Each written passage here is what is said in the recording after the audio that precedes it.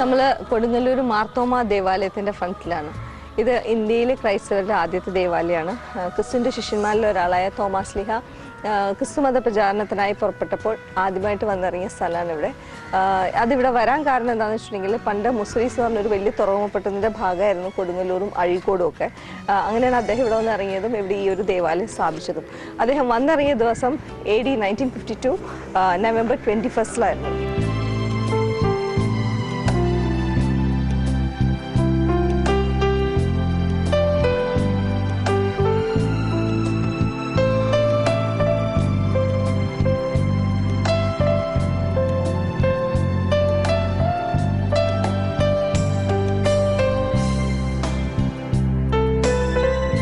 ഭാരതീയ ക്രൈസ്തവ സമൂഹത്തിൻ്റെ ഒരു തുടക്കവും വളർച്ചയുമല്ല ഈ ദേവാലയത്തിൽ നിന്നായതുകൊണ്ട് തന്നെ ഇതിന് ക്രൈസ്തവ സമൂഹത്തിൻ്റെ ഒരു പിള്ളത്തട്ടിൽ നിന്നും കൂടെ പേരുണ്ട്.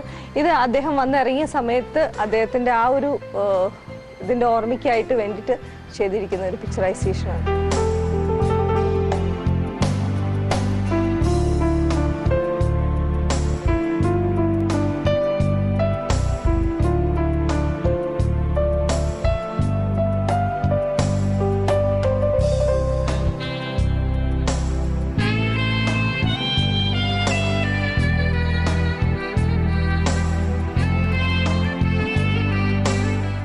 തോമാസ് ലീഹ കേരളത്തിൽ ക്രിസ്തുവിൻ്റെ സുവിശേഷം അറിയിച്ചതിനെ തുടർന്ന് കേരളത്തിലെ 7 സ്ഥലങ്ങളിലായിട്ട് കേന്ദ്രീകരിച്ച് ക്രിസ്തീയ സമൂഹം രൂപപ്പെട്ടിട്ടുണ്ടെന്നാണ് പാരമ്പര്യവും വിശ്വാസവും പറയുന്നത്. ക്രിസ്തീയ സമൂഹം രൂപപ്പെട്ടതെന്ന് വെച്ചാൽ പള്ളികൾ പണിതൊന്നുമല്ല, അത് അങ്ങനെ ആയിരുന്നില്ല. പിന്നീട് സമൂഹം വളർന്നതനുസരിച്ച് അവർ ദേവാലയങ്ങൾ പണിയായിരുന്നു.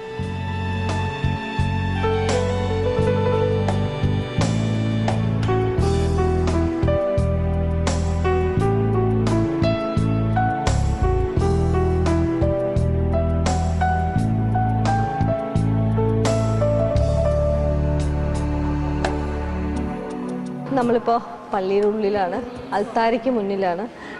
AD 72 ജൂലൈ 3 തമിഴ്നാട്ടിലെ മൈലാപ്പൂർ എന്ന് പറഞ്ഞ സ്ഥലത്ത് വെച്ചിട്ടാണ് തോമാസ് ലീഹ രക്തസാക്ഷിത്വം വരിച്ചത്. അതിനുശേഷം അദ്ദേഹത്തിൻ്റെ ഭൗതികാവശിഷ്ടം എഡേസ എന്ന് പറഞ്ഞൊരു സ്ഥലത്തേക്ക് കൊണ്ടുപോകുകയായിരുന്നു. അവിടെ ഇപ്പോൾ എഡേസ എന്ന് പറഞ്ഞൊരു രാജ്യമില്ല, ഇപ്പോൾ അവിടെ ഗൾഫ് കൺട്രീസായിട്ട് രൂപാന്തരപ്പെട്ടിരിക്കുകയാണ്. ഈ എഡേസയിലൊരു 9 നൂറ്റാണ്ടോളം ഉണ്ടായിരുന്നു അദ്ദേഹത്തിൻ്റെ ഭൗതികാവശിഷ്ടം. അതിനുശേഷം ഇറ്റലിയിലേക്ക് അത് കൊണ്ടുപോയി. ഇപ്പോൾ അദ്ദേഹത്തിൻ്റെ ഭൗതികാവശിഷ്ടം സൂക്ഷിച്ചിരിക്കുന്നത് ഇറ്റലിയിലാണ്.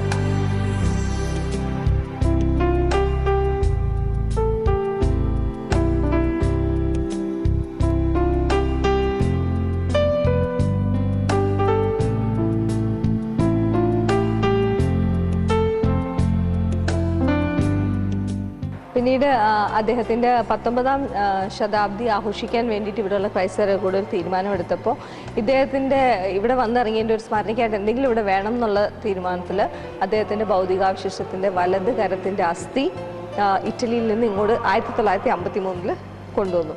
അത് ആ ഒരു പേടകത്തിലായിട്ടാണ് കൊണ്ടുവന്നത്. ആ പേടകം ഇതുവരെ പൊട്ടിക്കാതെ ഇവിടെ സൂക്ഷിച്ചിട്ടുണ്ട്. അത് സൂക്ഷിക്കാനായിട്ടാണ് ഈ ഒരു പള്ളി പണിതതും. ഒരു 90 ഡേയ്സ് കൊണ്ടാണ് ഈ ഒരു പള്ളി പണിത് തീർത്തത്.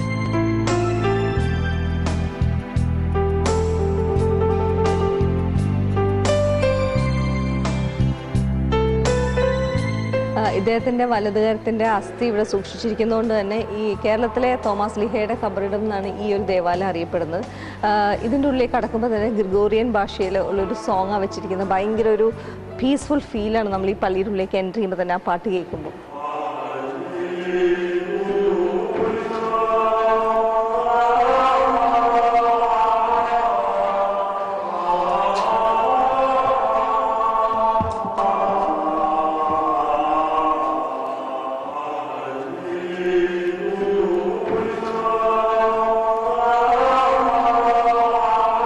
ഇത് ഫാദർ JB പുത്തൂർ.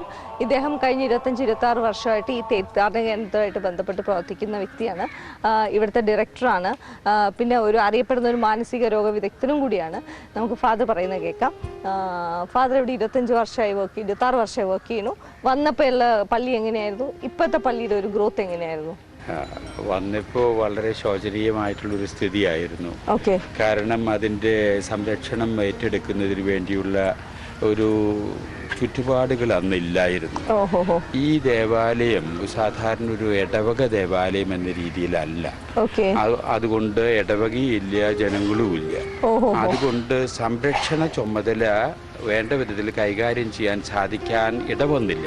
ഉത്തരവാദിത്തപ്പെട്ടവരുണ്ടെങ്കിലും ജനങ്ങളില്ല, സാമ്പത്തിക ഭദ്രതയില്ല, അങ്ങനെയുള്ളൊരു സ്ഥിതിവിശേഷമായിരുന്നു. ആ സ്ഥിതിവിശേഷത്തിലാണ് ഞാൻ ഇവിടേക്ക് കടന്നു വരുന്നത്. ആ കടന്നു വന്നതിന്റെ അടിസ്ഥാനത്തിൽ ഞാൻ മനസ്സിലാക്കുന്നു ഇത് ഒരു നമ്മുടെ ഭാരത ക്രൈസ്തവ സഭയുടെ ജന്മഗ്രഹമാണിത്. അപ്പൊ അതിനൊരു പുനരുത്ഥാനം നൽകേണ്ടതാണ്, ആവശ്യമാണ് എന്ന് മനസ്സിലായി. അപ്പൊ അതിനുള്ള സംവിധാനങ്ങളെ പറ്റിയുള്ള ചിന്തകൾ വന്നു. ആ ചിന്തകൾക്കനുസരിച്ച് ഓരോന്ന് ക്രമപ്രദമായ രീതിയിൽ കാര്യങ്ങൾ നീക്കി. അപ്പോ അതിൽ പ്രധാനപ്പെട്ട ആശയം സെയിന്റ് തോമസ് യേശുവിന്റെ ശിഷ്യന്മാരിൽ പ്രമുഖനായിട്ടുള്ള ഒരു വ്യക്തി ഇവിടെയാണ് എന്നുള്ളത് ഞാൻ വ്യക്തമായിട്ടുള്ള രീതിയിൽ മനസ്സിലാക്കുന്നു. ഇവിടുത്തെ ജനങ്ങളുടെ വിശ്വാസം ചരിത്രത്തിന്റെ ആളുകൾ അപ്പൊ അത് ജനഗ്രഹമല്ലോ. ഇത്രയും ലോക റിലിജൻ രീതിയിലാണല്ലോ എന്ന ചിന്തയോടു കൂടിയാണ് എന്റെ പ്രവർത്തനങ്ങൾ നീങ്ങിയത്.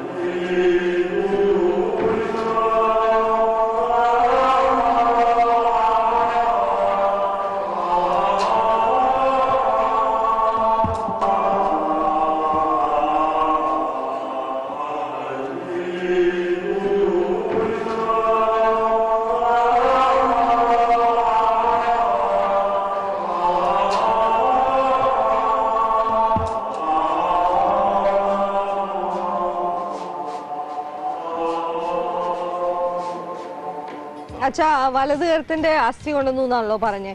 വലത് കരത്തിന്റെ അസ്ഥിക്ക് എന്തെങ്കിലും പ്രത്യേകത ഉണ്ടോ? തീർച്ചയായിട്ടും. വിശുദ്ധ ഗ്രന്ഥത്തിൽ തന്നെ യേശു ക്രിസ്തു ഉത്ഥാനം കഴിഞ്ഞതിന് ശേഷം പ്രത്യക്ഷപ്പെട്ടപ്പോ തോമാസ് ആദ്യം സംശയിച്ചത് സംശയം കൊണ്ടല്ല, വളരെ വിസ്മയത്തിന്റെ അടിസ്ഥാനത്തില് തോമാസിലേക്ക് കാണാൻ സാധിച്ചില്ല. അപ്പോൾ അത് കാണണം എന്നുള്ളതായിരുന്നു തോമാസ് ലീഹയുടെ ദൃഢമായിട്ടുള്ള, അതിന് അർഹതയുണ്ടെന്നായിരുന്നു തോമാസ് ലീഹ.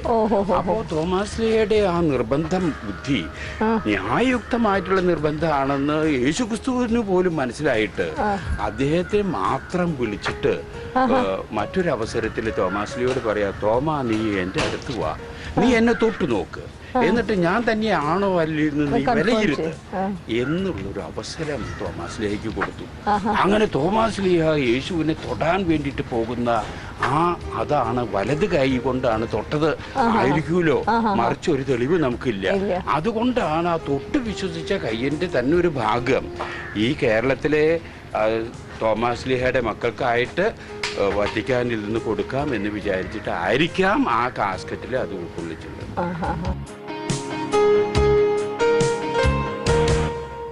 ഇവിടെ വരുന്ന തീർത്ഥാടകർക്ക് വേണ്ടിയിട്ട് അവർക്ക് തോമാസ് ലീഹയുടെ ലൈഫ് ഹിസ്റ്ററിയും പിന്നെ ഈ ദേവാലയത്തെക്കുറിച്ചൊക്കെ അറിയണമെങ്കിൽ അതിനുവേണ്ടി ഇവിടെ ഒരു ലൈറ്റ് ആൻഡ് സൗണ്ട് ഷോ ഒക്കെ ഉണ്ട്. പിന്നെ അതുകൂടാതെ എല്ലാ വർഷവും നവംബർ 21-ാം തീയതി അദ്ദേഹം ഇവിടെ വന്നിറങ്ങിയ ദിവസം ഇവിടെ തിരുനാളാഘോഷമുണ്ട്. അന്ന് ഞായറാഴ്ച അല്ലെങ്കിൽ അത് കഴിഞ്ഞുള്ള അടുത്ത ഞായറാഴ്ച ആഘോഷങ്ങൾ സമാപിക്കുന്ന രീതിയിലാണ് അവിടെ അത് പ്ലാൻ ചെയ്യുന്നത്.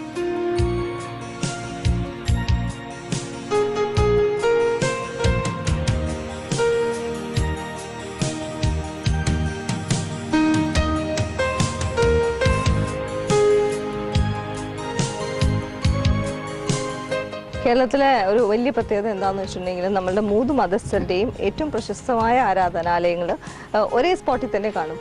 അതിനൊരു വലിയ ഉദാഹരണമാണ് കൊടുങ്ങല്ലൂർ. ബിക്കോസ് കൊടുങ്ങല്ലൂരിൽ മാർത്തോമ ദേവാലയം, അതേപോലെ ചേരമാൻ പള്ളി, പിന്നെ കൊടുങ്ങല്ലൂർ ദേവീക്ഷേത്രം, ഇത് 3 ഒരു 7 കിലോമീറ്റർ ചുറ്റളവിലാണ്. അതുകൊണ്ട് തന്നെ നമുക്ക് കൊടുങ്ങല്ലൂരിലെ മതസൗഹാർദ്ദത്തിൻ്റെ ഒരു ഉത്തമ മാതൃകയായിട്ട് നമുക്ക് പരിഗണിക്കാവുന്നതാണ്.